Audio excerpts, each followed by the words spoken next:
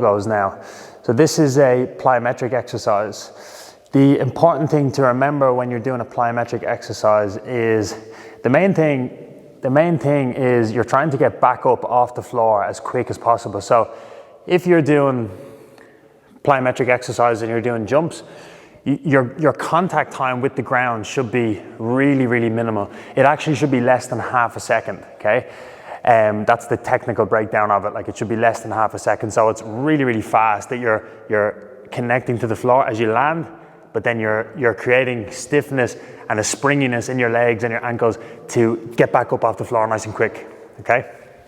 So if we look at a pogo, which is where we would start with a plyometric exercise, this is just a nice easy hop, okay? But we're looking to just start to develop some good habits with plyometric training. So the first thing is, when we land, we want to land on the ball of the foot. So if I land, I want to land on the ball of my foot. I want to not sink. I don't want to sink into the movement as I land. I want to land with some kind of stiffness and get back up off the floor nice and quick. Once I jump up off the floor, I'm obviously going to, extend through my legs, straighten through my legs. I'm going to come up off the floor. And the only other cue that I want you to think about when you jump off the floor is pulling your toes to your shins. So as you jump up, your toes shouldn't be pointing down to the ground like this. They should be kind of pulled up towards your shin. And if you can see this, I'll try and show you here what that might look like. First, I'll show you what it shouldn't look like, where you notice my toes are pointing down to the ground. Listen here for the change in sound as well. So you'll see the first one, the incorrect one I show you, it'll be slower.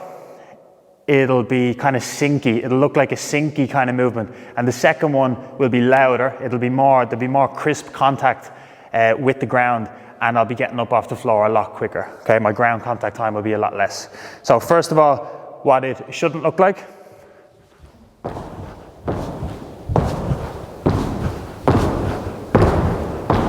Okay, what it should look more like is this.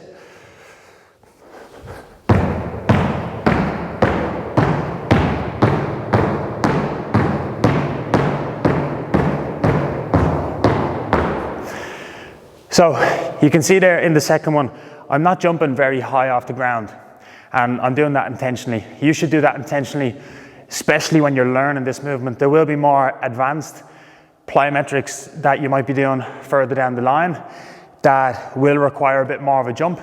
But for now, with the pogos, the aim is not to jump very high. The aim is to work on quality contact with the ground, stiffness when you make contact with the ground, and minimal ground contact time, getting up off the floor nice and quick.